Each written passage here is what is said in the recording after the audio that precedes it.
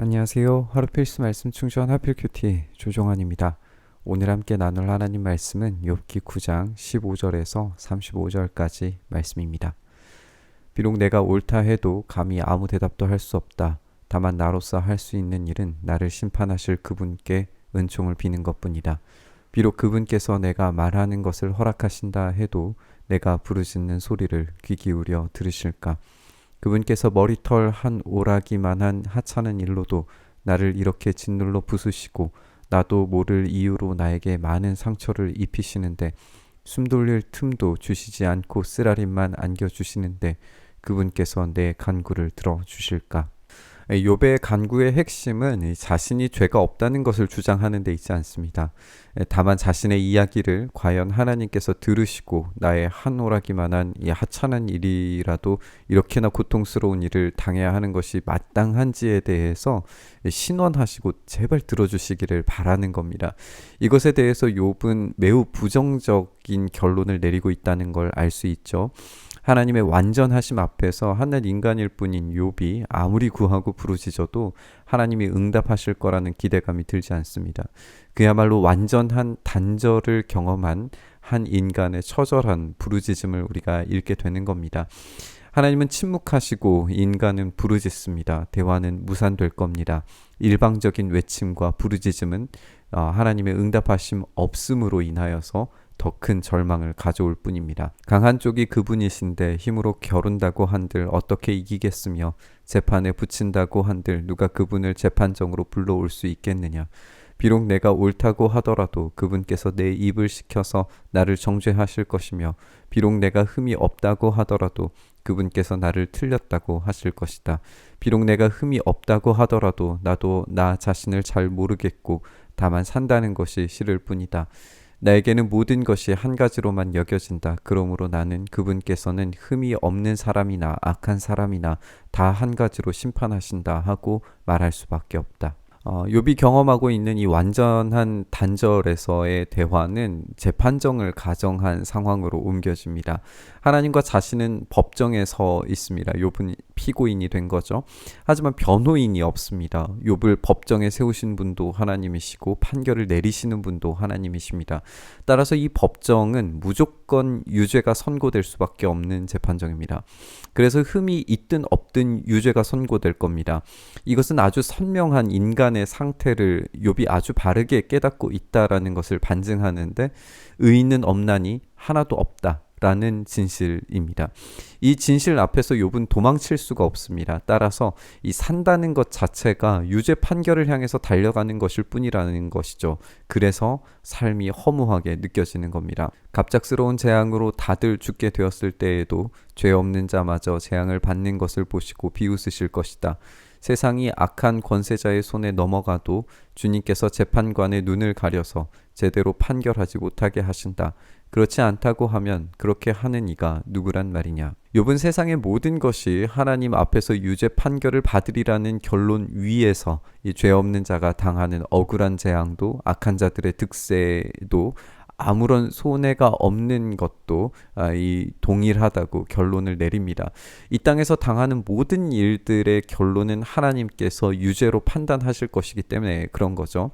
이 땅에서 제 아무리 잘나고 잘 살고 편리를 누리고 안락한 삶을 살든지 아니면 억울함과 아픔과 고통과 고난의 세월을 살았든지 하나님 앞에 섰을 때 당당하고 온전한 인간이란 없다는 말입니다. 내 일생이 달리는 경주자보다 더 빨리 지나가므로 좋은 세월을 누릴 겨를이 없습니다. 그 지나가는 것이 갈대 배와 같이 빠르고 먹이를 덮치려고 내려오는 독수리처럼 빠릅니다.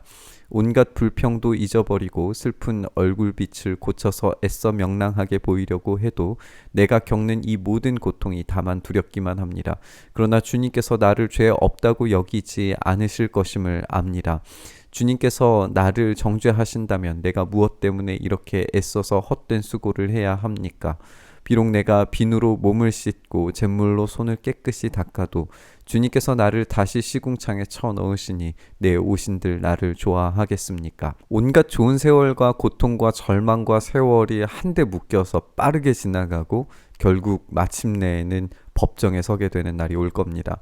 온갖 불평과 원망도 잊어버리고 슬픔을 바꾸어줄 즐거움으로, 명랑함으로 인생을 바꾸려고 아무리 애써봐도 결국에 모든 고통의 최종적 종착지는 심판대라는 사실을 이야기하고 있습니다. 그 심판대 앞에서 자신의 인생이 아무리 정직하고 온전하게 살았다 생각하더라도 그 판결이 정죄당함, 죄에 있다 하실 것임이 분명하다고 자신의 삶을 한껏 낮춥니다. 따라서 욥은 자신이 완전한 정의와 완벽한 인간으로서 하나님의 요구에 완벽하게 충족된 사람이 아니라는 사실을 고백하고 있습니다. 그렇다면 자신이 아무리 애쓰고 수고해도 하나님의 기준에 도달할 수 없는데 왜 이런 수고를 해야 하는지를 질문하고 있습니다. 아무리 깨끗해지려고 나 스스로를 갈고 닦고 깨끗하게 해보려고 노력해도 결국 시궁창에 빠져지는 것은 인간일 뿐인데 어떻게 자신 있게 재판정 앞에 나아갈 수 있느냐는 호소를 하고 있는 거죠. 하나님이 나와 같은 사람이기만 하여도 내가 그분께 말을 할 수 있으련만, 함께 법정에 서서 이 논쟁을 끝낼 수 있으련만, 우리 둘 사이를 중재할 사람이 없고 하나님과 나 사이를 판결해 줄 이가 없구나. 내게 소원이 있다면 내가 더 두려워 떨지 않도록 하나님이 채찍을 거두시는 것. 그렇게 되면 나는 두려움 없이 말하겠다. 그러나 나 스스로는 그럴 수가 없는 줄을 알고 있다. 인간 스스로는 도무지 하나님의 요구를 충족시킬 수가 없습니다. 하나님이 욥과 같은 인간이 되셔야 법정에 서서 당당히 이 논쟁을 끝낼 수 있겠다라고 말합니다. 인간이 그 요구를 충족시킬 수 없다는 것을 하나님이 아셔야 한다는 거죠. 그리고 그 사이를 중재할 중재자가 있어야, 그래야 비로소 하나님과의 영원한 벽이 뚫릴 수 있고 소통이 가능하고 드디어 관계가 회복될 거라는 걸 이 욥은 말하고 있습니다. 욥의 기대는 바로 그 중보자가 등장하는 겁니다. 그래서 그 중보자를 통해서 하나님을 향해 자신의 원통함과 억울함과 아픔과 고통을 있는 그대로 호소하고 싶어 하는 거예요. 어차피 자신은 완전할 수 없기 때문에 그 중보자가 필요한 겁니다. 제발 그 중보자가 나타나셔서 하나님의 채찍이 거두어지고 대화가 가능하게 되기를 간절히 원하고 있습니다. 우리는 욥의 이 간절한 소망 속에서 로마서가 말하는 인간의 비참한 상태를 선명하게 발견하게 됩니다. 도무지 하나님이 정하신 율법의 요구를 완벽하게 충족시킬 수 있는 인간이란 존재하지 않습니다. 욥이 말하는 것처럼 아무리 의인처럼 보여도 하나님의 심판대 앞에서는 악인과 동일하게 죄인으로 취급당할 겁니다. 하나님의 온전하심에 결코 도달할 수 없기 때문에 그렇습니다. 그렇기 때문에 하나님께서 인간이 되셔서 하나님과 우리 사이를 중보하셔야만 우리에게는 유일한 소망이 있게 되는 겁니다. 지금 욥은 진리 앞에 서 있습니다. 중보자가 없이는 하나님과의 소통이 불가능하고 심판의 거두어짐이 불가능하다는 사실을 깨닫고 있습니다. 중보자가 있어야 됩니다.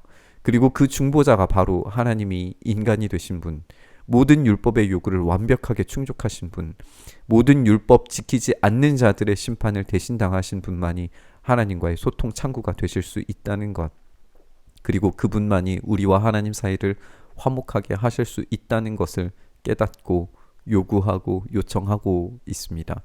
우리는 욥이 그토록 바라고 원했던 중보자를 얻었습니다. 우리는 하나님 앞에 담대하고 용기 있게 우리의 삶을 가지고 달려 나아갈 수 있습니다. 그 은혜의 보좌 앞에 우리의 삶을 호소할 수 있다는 겁니다. 우리에게 닥친 억울하고 고통스럽고 좌절스러운 인생의 낱낱을 호소할 수 있게 된 겁니다. 이전에는 그 심판대 앞이 정죄 당해야 마땅할 죄인들을 향한 두려운 심판의 장소였다면 이제는 우리 구주의 무한하신 사랑으로 말미암아 이제는 우리에게 정죄함이 없이 우리의 호소가 정당히 받아들여지고 신원하시는 하나님의 공의로우심을 보게 될 거라는 거죠. 오늘 말씀 묵상하면서 욥은 경험할 수 없었던 그 중보자가 계심이 얼마나 큰 은혜인지를 생각했으면 좋겠습니다. 이 복음이 다시금 우리의 심령을 울리길 소망합니다. 우리는 무익하고 무력합니다. 우리 주님은 무궁한 능력으로 우리를 죽음과 사망에서 건지십니다. 그 은혜를 깊이 묵상하며 마침내 우리가 은혜의 보좌에 달려 나아갈 수 있다는 이 놀라운 사실 하나에 깊이 감사하며 기도의 자리로 나아가시죠. 우리에게 중보자가 계심이 얼마나 큰 은혜인지를 생각합니다.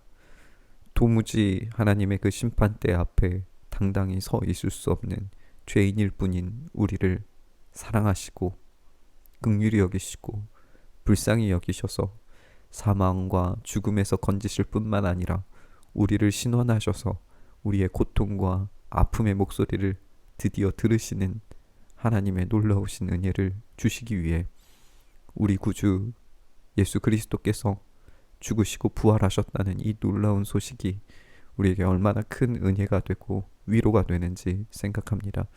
주님, 그 위로 앞에 우리가 서길 원합니다. 욥이 누리길 원했던 그 은혜를 우리가 누리고 있습니다. 주님, 그 중보자 되신 우리 주님께 우리의 아픔과 고통을 있는 그대로 호소하오니 주여 우리를 불쌍히 여기셔서 우리의 인생을 돌보시며 우리를 붙드시며 우리에게 참된 사랑으로 건져주시는 그 은혜를 우리가 깊이 누릴 수 있도록 주여 은혜 더하여 주시옵소서. 이 말씀 앞에서 중보자 되신 주님의 놀라우신 사랑을 오늘도 기억하며 힘있게 살아가게 하시기를 간절히 바라고 소망하며 우리 주님 예수님 이름으로 기도드리옵나이다. 아멘.